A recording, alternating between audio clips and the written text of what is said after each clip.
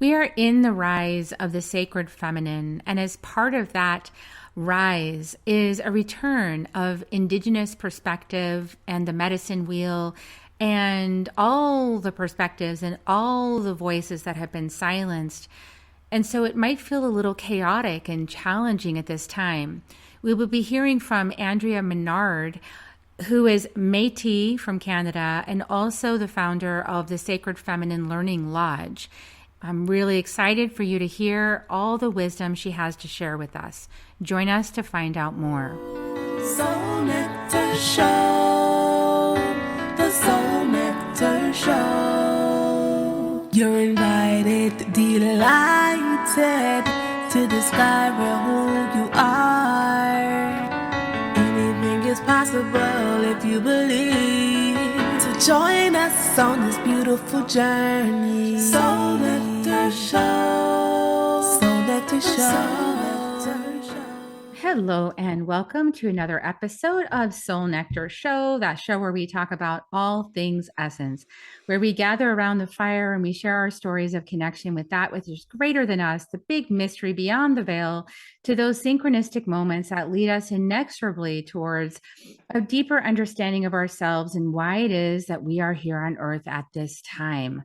I'm your host, Carrie Hummingbird, and I love having these conversations week after week with beautiful, amazing guests who have survived incredible challenges and who have really great wisdom to bring to us at this time on the planet. And today's conversation is going to be near and dear to my heart because we will be talking about indigenous wisdom, the medicine wheel, the return to the divine feminine, the return to Mother Earth, and what all of this means for us at this time on the planet. This is so important to me. As you guys know, I published my first medicine wheel book with the inner medicine, and it was a really big deal to me because when I feel that, it's a very large task to bring sacred wisdom into the collective and to really hold it from my heart. And I take it very, very seriously, and it means a lot to me. And so I love this conversation. And what I love even so much about this particular conversation is that we have a beautiful woman here today who is Métis, indigenous from Canada. And so we're going to hear from Andrea Menard. Andrea, welcome. Tanchi Kiawao. Hello, everyone. Thank you for that lovely introduction. And yeah, so if you don't mind, I'll introduce myself the way I introduce myself. Yes, please. I've been taught. So Tanchi Kiawao. Hello, everyone. Andrea Menard, Dishnika Shon. My name is Andrea Menard. I am a Métis woman from Treaty 1 territory in the homeland of the Maytee, who's currently living in the unceded traditional territory of the Squamish, the Tsleil-Waututh, and the Musqueam people, currently known as Vancouver. I was given I carry two traditional names, one Nehiao name Notagoyutin and a Nishnabemowin name Shkotekwe. So I carry medicines with me and I'm honored to be here as your guest. Thanks, Carrie. Oh, I'm grateful that you're here. And what you don't yet know about Andrea, but we're going to find out, is that she is the founder of Sacred Feminine Learning Lodge. And she's an influencer in feminine leadership and was named one of Canada's most powerful women, top 100 award winner of 2020. That's amazing.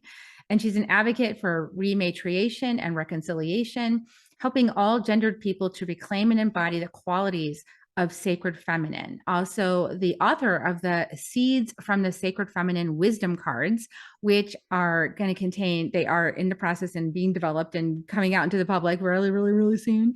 Probably around the time this is being broadcast. So by the time you guys hear this, it's already out there. 52 gentle land-based teachings and beautiful paintings by Métis painter Leah Dorian. And so this is, I'm just so grateful for your story. And I really feel from the heart the importance of this rematriation and reconciliation.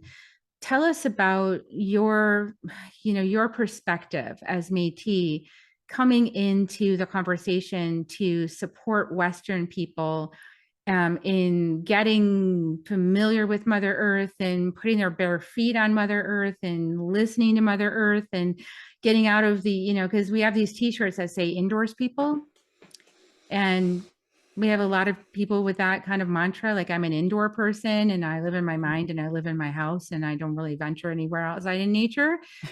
And I have this different understanding of myself. And so, how do you support people in remembering like who they really are? Well, great question.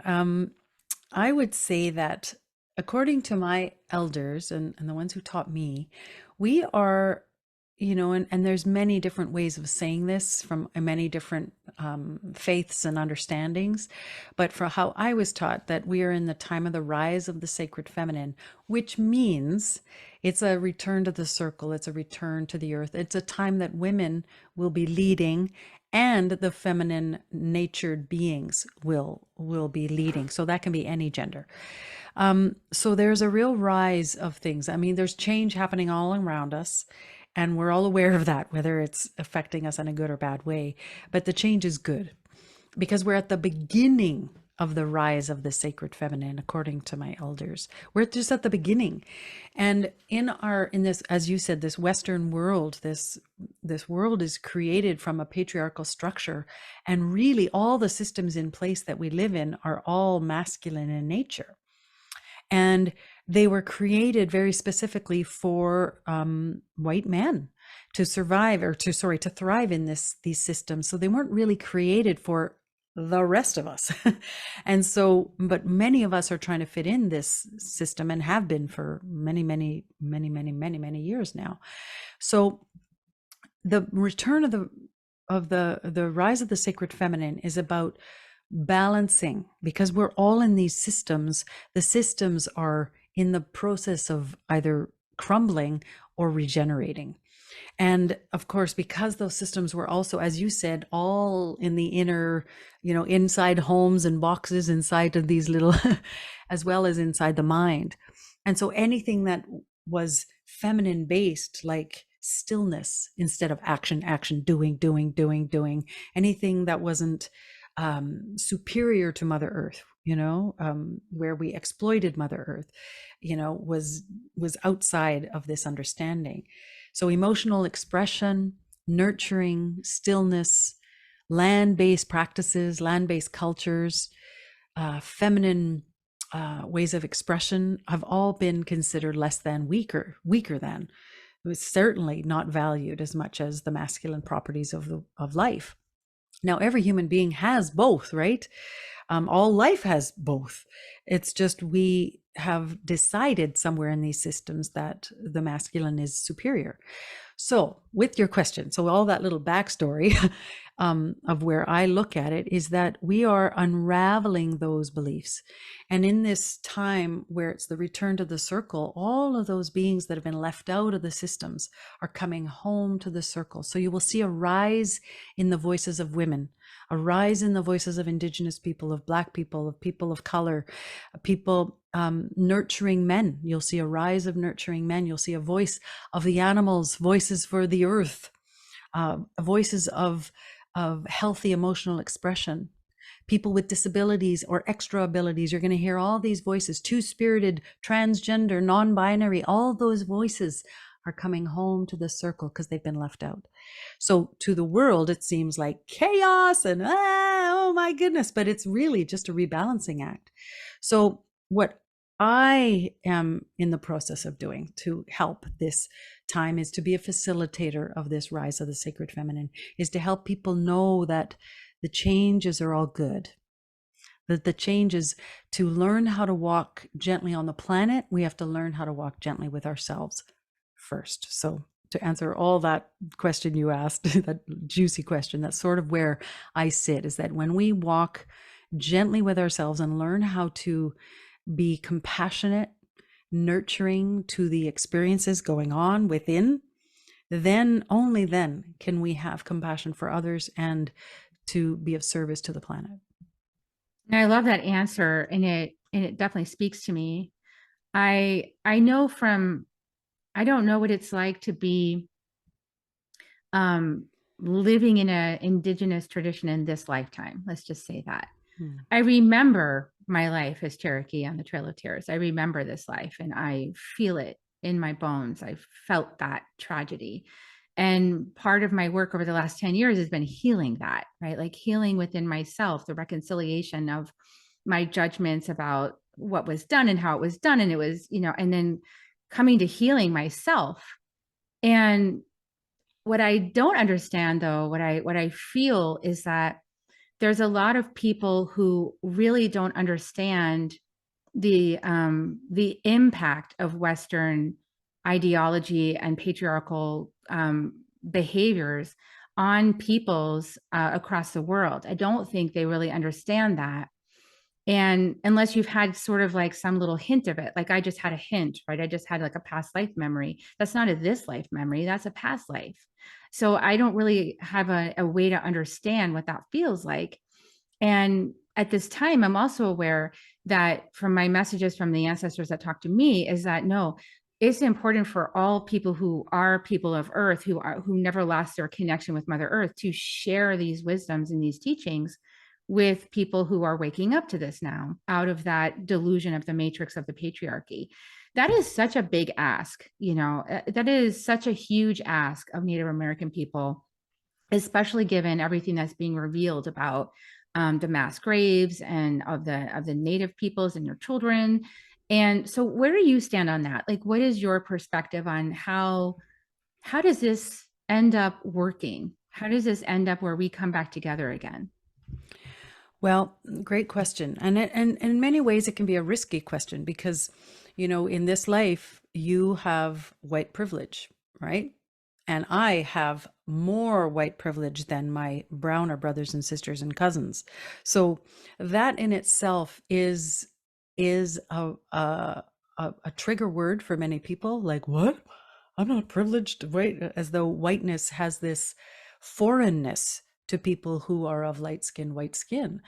And it is the question to ask is, do I have white privilege? What does that mean? What does it mean in contributing to the patriarchy, in contributing to the injustice and the inequality of people of color in the world? And it is it is the question to ask during these times, because it is the one thing that has been so prevalent, this white supremacy, because all the systems are created with that mindset that everything is below the white male at the top of this hierarchy. Now, that's not the truth. That is not the truth. Is we are circular in nature, which means every single one of us are beside each other. We have the white male beside me, and we have the mountain beside me, and we have the giraffe and the people and my enemy and little COVID virus. We're all equal in this wheel of life.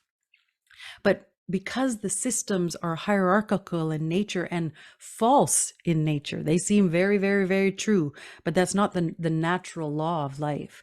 So in order for us to find, because these systems are very sophisticated, they're not going to dismantle themselves. They're sophisticated and self-perpetuating. So we have been born into these systems and never had to question it. And especially people who have been privileged by the system, they never have to question because it just works. Why don't you just act like me, and then it'll work for you too. And so we've all been trying to act like that white male at the top, and it has worked for some, but ultimately it doesn't work for anyone because it's exploitive of people, nations, and the earth itself, which cannot sustain us. So the question to ask is, how has these systems been serving me?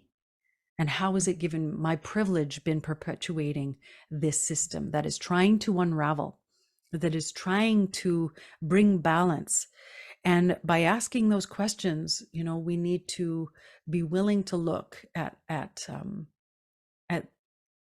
our own behavior, our own belief systems, our own biases. And it's not an easy job. It's very painful to unravel those things, but we must look at them, because you may not be a racist, but you live within a racist system that does all the damage for you by you just participating in it and never questioning and just going along and adopting those hidden beliefs that say I'm superior. So asking those questions and unraveling that through your own ancestral lineage is powerful work. Painful, scary work, lots of shame, lots of guilt, lots of rage, but really powerful work. And if we're really on this path, because emotional expression is part of this rise of the sacred feminine, the rage and the shame and the guilt that a lot of white settlers have and including me, I've got white settler ancestry too. When we look at that part and heal the lineages forward and backward, boy, we do some good work. We do some good work to unravel the whole. We don't participate in the system with blindness anymore. We hold our ground and we start recognizing what needs our focus instead. And it's good work. Yeah, it's really powerful. And when I realized that part of my ancestors were Cherokee and the other part were Celtic, and I realized that in a lot of these medicine journeys, the information I get from the ancestors is that, well, we believe in making your enemy your family, and so we believe in entwining these lines together so that we heal, because when it's your family, you're less likely to, cast it aside. It's like your family. But what's so interesting is in Western civilization, you see this splintering of even the family system. Like people are like, I can't talk to my parents. I can't talk to this person, and this person's toxic, and this person triggers me, and this. And I see it. I see it as like this grand effort to avoid the truth, which is emerging through the divine feminine, which is that part of our ancestral lines took actions that were really not in anyone's best interest. And we have been complicit in it, as you said, when we're not waking up to it. And I always get uncomfortable when I'm about to have this conversation, because I'm like, oh, okay, please don't leave the conversation, guys. I know that this conversation is not easy, but I always encourage people to stay, because we are each a part of the whole. We are each here to dismantle this framework piece by piece together to open up to the truth. And all of us can stay in the conversation. And that conversation includes people being really upset at white people. That's included. Yeah. That has to be done. That has to be voiced. It has to be expressed. And so I just try not to take it personally. So that's where the 4 agreements are very handy, everybody. Don't take anything personally, be impeccable with your word. Don't make assumptions, do your best, and follow your heart. So what would you say for somebody who's like white presenting, who really feels called to practice indigenous wisdom, to practice earth connection, but has lost that tie because of all of this religious indoctrination and dogma that led to the religious colonization and the witch burning and the severing of that maternal tie, that connection to Mother Earth through the Celtic ancestry. People have been punished for connecting with Earth. What would you say for those people who are waking up saying, I want to reconnect that in my own ancestry? I would say that, first of all, to recognize that colonization has affected every single land and every single people on this planet. Nobody has gone unscathed, which means somewhere along the line, your lineage, your land-based people, wherever you are from, were colonized. Were usurped. Those teachings were usurped and made to believe the dominant culture. And so it's in everyone's lineage, and the pain of that is extraordinary. The difference is that unhealed pain that sits in our lineages, somewhere along the line we have to say it stops with me.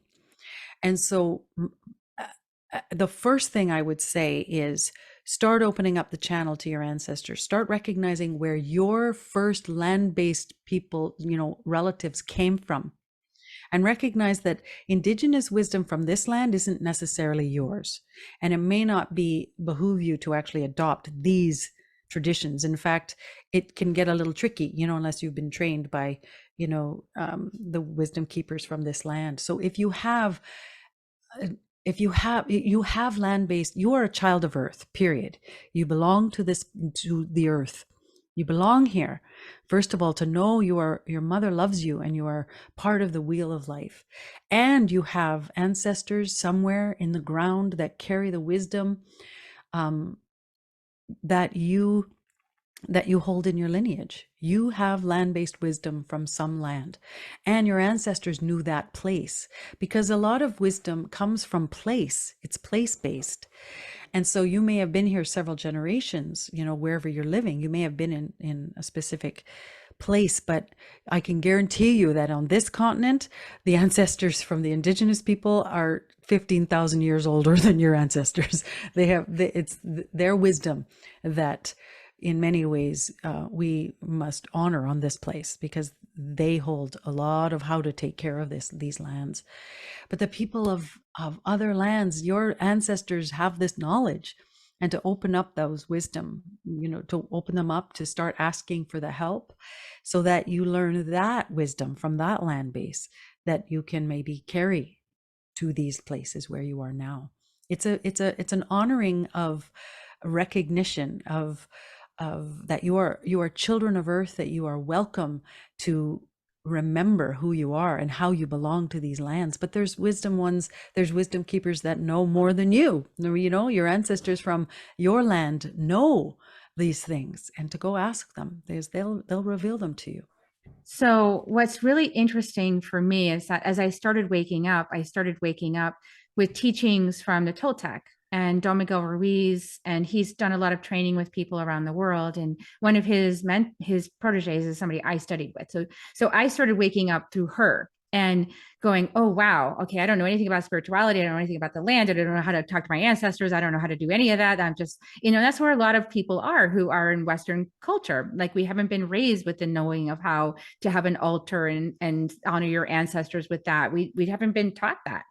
And my early one of my first lineages that I was brought into, that I felt my ancestors guiding me, saying, you're a fire people, we're bringing you to the Andes because they're fire people there, and they want to teach people, and they're welcoming you with open arms.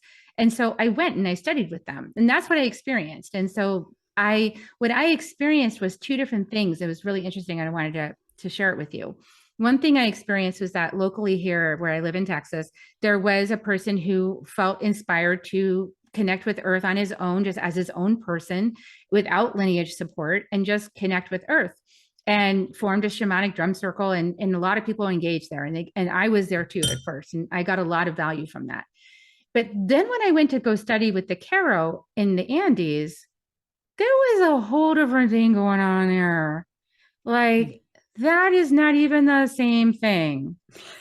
And I was like, will you adopt this redheaded stepchild? Because I need a home, and my home is gone. I don't have connection to that. Will you help me?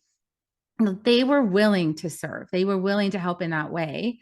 And they continue to keep their arms open to people that I bring in, from the Western world. And of course, I'm the one that like serves as the mentor, because I can speak their language and I understand their, but behind me is the lineage, like, I'm not doing all that miracle stuff. I am just simply the conduit, the hollow bone through which all of this information comes through. It comes from the lineage. Even when I'm speaking here or anywhere else, or in my books or on the healings, I'm opening to the lineage. The lineage is coming through me. It's not Carrie necessarily, right? Like, I know some stuff. I've had some life experience, but not like that, So there's a really big difference I found between a lineage still on the same land as their ancestors, maintaining the traditions through the colonization period unbroken, and let's just say white people having a drum and trying to connect with Mother Earth on their own. There's like a very different thing going on. What do you say about that? Well, thank you for recognizing the difference, right? And there is nothing wrong with that awakening spirit that needs earth-based practice, and find it. There are people within my communities that are offended if it's exploited, if it's you're making money off of indigenous teachings and leaving the teachings and the people behind. But if you are doing it for your own sake of awakening and helping others awaken to wisdom, then it's always a good thing to awaken to your inner spirit and to awaken to the relationship with the land. That is always good, because we need to create relationship with Mother Earth. It is necessary in order for us to move forward. But like I said, to know the difference, though, that when you connect in with real un unbroken training, teaching, groundedness, it's a different thing altogether. And that one is a invited, privileged place to be, you know, with respect, because there are many people that come home and take those teachings and make tons of money off of it and never acknowledge where those teachings came from or shared that abundance with the people that taught them. Because within indigenous, that's a big no-no. In communities, that's a big no-no. You know, you come in and take, that is again that colonization mind, that everything is mine to exploit. That is definitely the patriarchal mindset that is needing to unravel. That is not indigenous teachings at all. So if you're teaching indigenous wisdom, then you better adopt the understanding that, you know, there's nothing wrong with making a profit, but don't do it on the backs off the backs of people who are not benefiting from your taking of the knowledge. Yeah, the way that it was explained to me was that it's like and the Andes, it's Aini. So it's you today, me tomorrow, you know? Mm. And so there's this sense of like the ancestors will come when you call.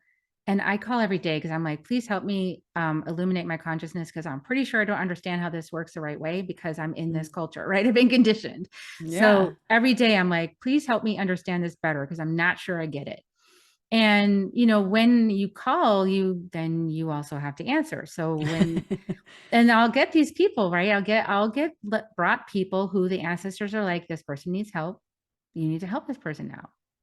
And I'll have a little bit of a whiny moment, you know, if like the person doesn't have any money to pay for service or help me out, or my family's not getting paid or whatever. I'll have that little Western moment and I'll go, okay, this is for the good.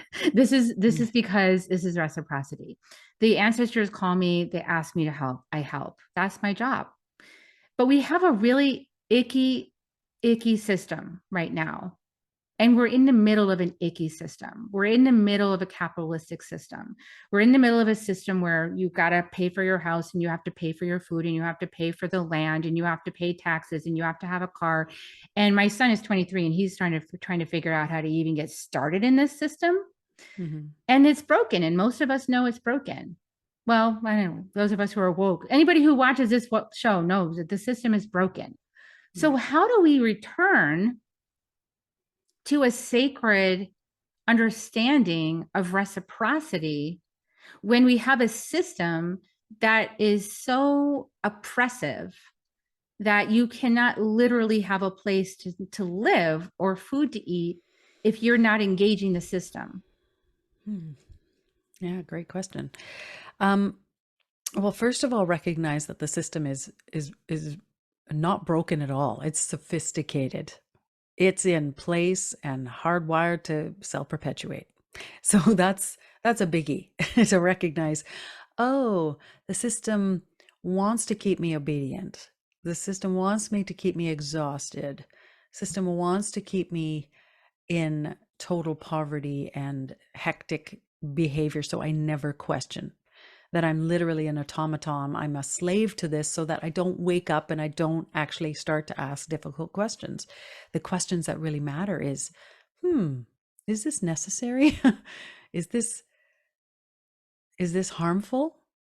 Those are big questions to ask. So the very fact to recognize that the system, the fact that you're asking questions, how do I do this differently, is a big thing. And we are at the beginning stages of the rise of the sacred feminine, of the changing of it, which means we're not going to see as much change as we personally would like, but we're going to see a lot. Like it just in the last 20 years, we've seen major change and in consciousness, and the system will shift when consciousness changes. We are the ones planting seeds for a new consciousness. So it's struggling for us, our dislike of it, our, oh, hell no, I don't want this. No way, no way, no, no, no, no, no. See, reciprocity is a joyful experience where instead in the system, it's like, I have to be reciprocal because, you know, and so I have to give something that I don't have. And the truth is that we are abundant beings. We are eternal beings. And until we remember that, we give back from a sense of obligation, and a sense of lack. But that's the system, we're still programmed. But when you dance out of that program, when you dance above and dance away, and you start to see what freedom and abundance really looks like, your service comes and flows back to you in ways that you can't even imagine. You recognize that abundance is not contained by the system. It doesn't exist within, the system can't imagine the abundance of the natural laws of life. Is that when you dance out of it and you dance with the universe, you recognize, oh boy, there's no limit to what I can give and what I can receive. But receiving, that's the feminine part, isn't it? In order to receive, it's like giving is that masculine way, but is that the programmed masculine way or the natural law masculine way of giving, doing, And when we do that in the true reciprocity, it just takes it to a whole new level. We become the magnetic force that flows like the tides. There's no end to it. Yeah. And when we link arms, we do it even better, right? Like, so a lot of I experience this with podcasting. So I have a lot of connections that people that are using their voice, to share their messages with podcasts. And my abundance is extreme on podcasts, right? So like, it's wonderful because I'm always meeting new friends and I'm always having beautiful conversations, and we're putting good messages out there in the world. And we're like opening up conversations people hadn't thought about before. And so we are making change. Like, to your point, I have the shadow of impatience in my core wound in my gene keys. And so I am so impatient for that to get like, come on.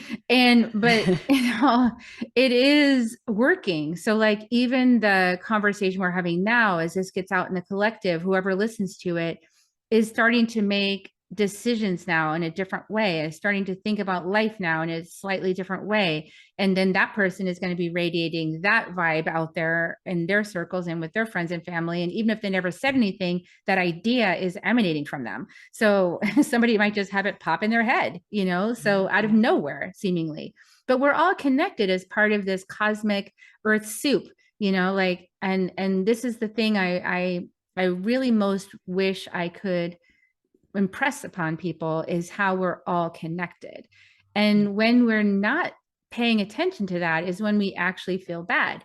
And I think this is why Western people, especially in the United States, are so sick, is they're mentally sick, emotionally sick, physically sick, because of all the taking and not enough returning, not enough reciprocity, not, they're not being guided by the natural rhythm of earth to breathe in and exhale, to breathe in and exhale. That's not happening. So they're just like holding breath. Trying to keep what I have and not share with anybody. That is making people sick, right? And it's like, how do we even, and at the same time, I want to express, sincere compassion for people that happen to be white presenting in this lifetime, because there's a whole lot of hatred for white presenting people in this lifetime. So it is a hard position to hold, to be in a body this lifetime and to realize that you're part of some conditioning that you don't see, but other people see it and you don't see it, and you're somehow being blamed and judged for it, but you don't understand it yet. And that's an awkward, icky spot to be too. So what do you say? How do you, because you're also Métis, but you're also, like you said, not as brown or not as indigenous looking. And so you can kind of move about the world in a different way. How do you open up potentials for people on both sides of the spectrum, or all sides? Well, I love how you said, this life, people are, there's a lot of hatred towards, but you know what? In a way, it's only been recently. Right? This awakening to racial injustice and racial inequality is quite new to many, many white presenting people. And that's what's so surprising. So if they look at the first half of their lives, it's been pretty easy. It's been pretty good. No, not easy as in, life triggers us in all our own ways for our own soul. So I'm not saying that life is easy, but it's been easier than it is now. So the fact that you were unaffected for so long should be a gift that you can go, I was unaffected by racial hate for how many years of my life, and I've been feeling it for now how many years of my life, or how many, and to recognize that people of color never had a time where they weren't affected by racial hatred. So they never got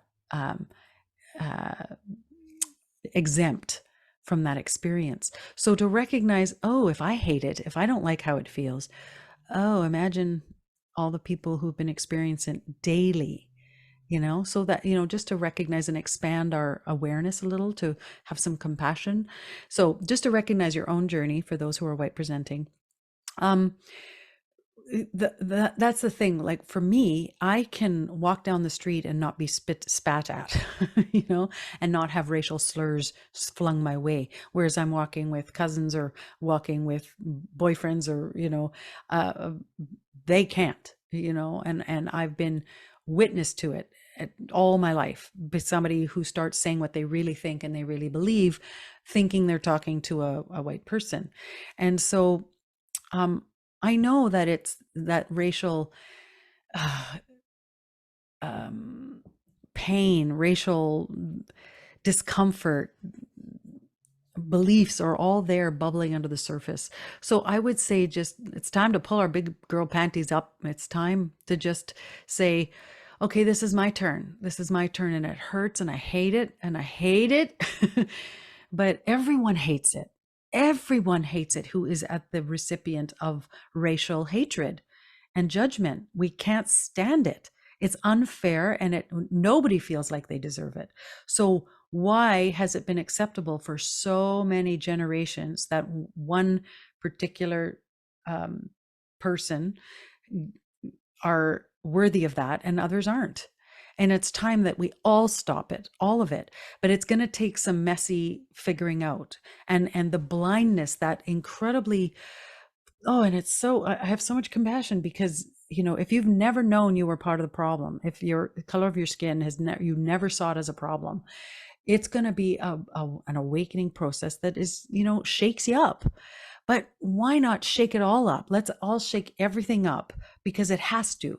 We all have to shake up what we've been taught and programmed to believe in order for it to land in a much more equitable, joyful way of being. And it's going to be messy. It's the time. So it's like everybody's throat chakra is opening up. Everybody is screaming their beliefs, and finally having the courage. And, that comes with, that's not easy. It's like I say, the feminists of the 60s is that they came in with a raging force. And in many ways, everyone has this idea that they're this scary, man-hating group of beings, instead of just trying to find equality. But that the first time speaking up, and I'm not saying that was the first, but it became a global movement, for sure, in the 60s and 70s. So I would say that the time that we're in right now is going to be fueled by fire, because it takes courage to speak up if you've never spoken before. So it's a lot of splat, a lot of anger, a lot of saying what you feel for the first time, and it's going to be messy for a while. So if we can have compassion for whatever comes out, and as you said, not take it too personally, but do your work. Do your work with your own belief systems. Do your work with your ancestors. Do your work with your own biases. We have, right here, baby. Little dog came in. Then you will know, you won't take it so personally, because you have been doing the work. You're like, okay, guess it's my turn. I've been through it. You've been through it, and it's okay. You will arrive on the other side. But you've got to allow everyone to be doing their work, and it may be messier than we want, but that's okay. Yeah, and in a way, it opens a door for you to experience more compassion, because you have experienced it, and then you have more compassion for people that have gone through that. The only way we can have compassion for anybody is if we've experienced something similar. It's really hard to have compassion for something when you haven't experienced it. So, Absolutely. so we're experiencing it, and yeah, it sucks. And yeah, eventually we're moving ourselves towards unity, but unity happens through conflict. It happens through going through the conflict, fully immersing your perspective, others' perspectives, and then a true diplomacy ensues. It's not like the sort of like, I want to bypass all that and just get right into unity, which I see a Yeah. lot of people doing. Like, I don't want to hear about how you've been feeling about all of this white supremacy. We're unified. Let's just go to unity. And it's like, no, Yeah. No. that's not, no, because you're not witnessing the effects. And so we all have to know that, everybody. That's why I advocate for all this stuff. And so if you're like, why does Carrie Humber always talk about this stuff? Oh, I wish he would shut up. Well, I'm not going to shut up. I'm sorry. This is what we need to talk about right now. This is important. And especially for, anybody following me and you're really into indigenous wisdom, that takes a healthy dose of appreciating indigenous people. And they'll hear me talk about that too, because my heart breaks with what the Carol people went through to protect their people through all this colonization. They still have a Spanish Inquisition center set. The last one is in Peru. It's like, are you serious? You're still trying. What is up? Give it a rest. So like, we all need a deep breath. Like, basically, I think that's why Mother Earth put us on a timeout when COVID. Oh, yeah, she did. Yeah. What a So gift. tell us, I mean, you've just shared so much beautiful wisdom with us today, Andrea. I appreciate you taking this time to have this conversation with me, because these are conversations I love to have, and these are questions I always have. And because you're a Métis, I was like, I'm going to ask her these questions. I didn't even tell her, you guys, I was going to take her down this road, but she's so accommodating.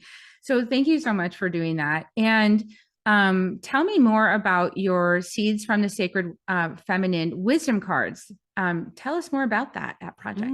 Thanks for asking. Yeah, they're those my little babies, and if you're watching on the video, you can see that this is a pre-sale my author copy, so it's like very exciting.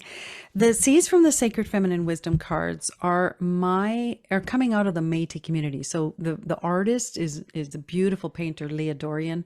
She's my Métis sister. We went to school together, and it's land-based teachings on how to walk gently with yourself and on the planet. They're very, very simple teachings.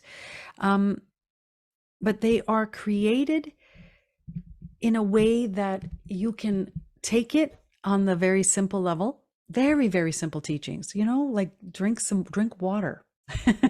You can go for a walk. All those are very, very generic, simple, but you can also take them you can take it much, much, much, much deeper. They will land in places where, depending on where you are at. And so these cards came out of a need to share with people not just indigenous teachings, but the indigenous way of looking at the world, because I'm not taking my elders' teachings and putting them in this deck of cards for me to, that is not my place to do so.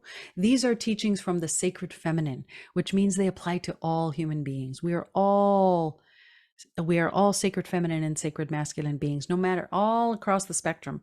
And we've got teachers of, blending that spectrum a lot these days, which are helping us learn more about it.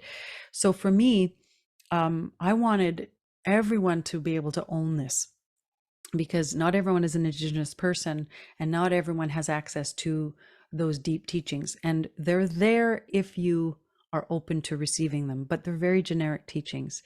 And I want people to fall in love with that beautiful interconnected way of looking at the world, land-based, land first, the 4 sacred elements, the 4 sacred directions, the 4 sacred bodies. All of those things are wrapped within the teachings, and they come through with grandmotherly teachings. One of my Cree name that I mentioned earlier is Notagoitin, which means grandmother wind, and I connect with the grandmothers on the other side, so their wisdom come with a grandmotherly voice, and the grandmothers are very, very nurturing and loving. And so many people who are feeling like attacked or scared, will find that there's love within this deck of cards. There's love, and there's safety, and there's no errors you can make when you do the readings or a daily wisdom card in this deck of cards. So they are published with Mango Publishing, and June 20th is the day of 2023, depending on when you're listening to this, when they're released to the world. So yay. And all across there's links, and if people want to find them, they're on you can find all the links no matter where you are. Well, unless you're someplace that I don't know the links, but in the US and Canada and some European is andreamenard.com/cards. And then all the links, you can find it there, and you can find more information about them. So thanks for asking. Oh, that's beautiful. And I just want to say that it really fills the message I was given that now is a time for people who remember to share what they know, to support those who forgot. And I feel like you're doing that. And so I wanted to say thank you for doing your shadow work and your personal work to overcome the obstacles inside of you so that you could share some things that you know to support people who forgot. And it's hard when Martin Luther King talked about loving our enemies. What would it take to love our enemies? And he's one of my idols. I look up to him. And that's a conversation I feel like we're in, now. What would it take to love our enemies and bring them home as family? And to remember we are one human family. What does it take for this family to come together again after so much division and so many difficult experiences? So thank you for doing your part to share some beautiful teachings from the Métis people and from your own heart, the sacred feminine. And I appreciate everything that you do on the planet, and just being you. Thank you for sharing today. Merci, Miigwech Kinenaskumten, for a beautiful talk, Carrie. Thank you for your work too. Thank you. Okay, everyone. So like, subscribe, share, comment. What did you think about this episode? What touched you? What opened your heart? I want to hear it. I know Andrea does too. So please share with us what you thought, what you felt. Give us a rating and share it out with somebody that you think might really enjoy this episode. And I'm going to give kisses now. If you want to join me, Andrea, I always give kisses at the end to everybody. I love you guys. And we'll see you next time on Soul Nectar Show. Bye for now. If you found even one gold nugget in this episode of Soul Nectar Show, will you do us a favor? Will you subscribe, like, and share this episode? Maybe even write a comment and let us know what you thought about it. We really, really want to engage with you at a much deeper level. Let's be part of community together. Have a great week, everyone. Bye for now. To dive in deeper to nourishing conversation, visit soulnectar.show. Soul Nectar Show. Awaken, Nectar Show. Take a sip from the drip of nectar, from the source of who you are.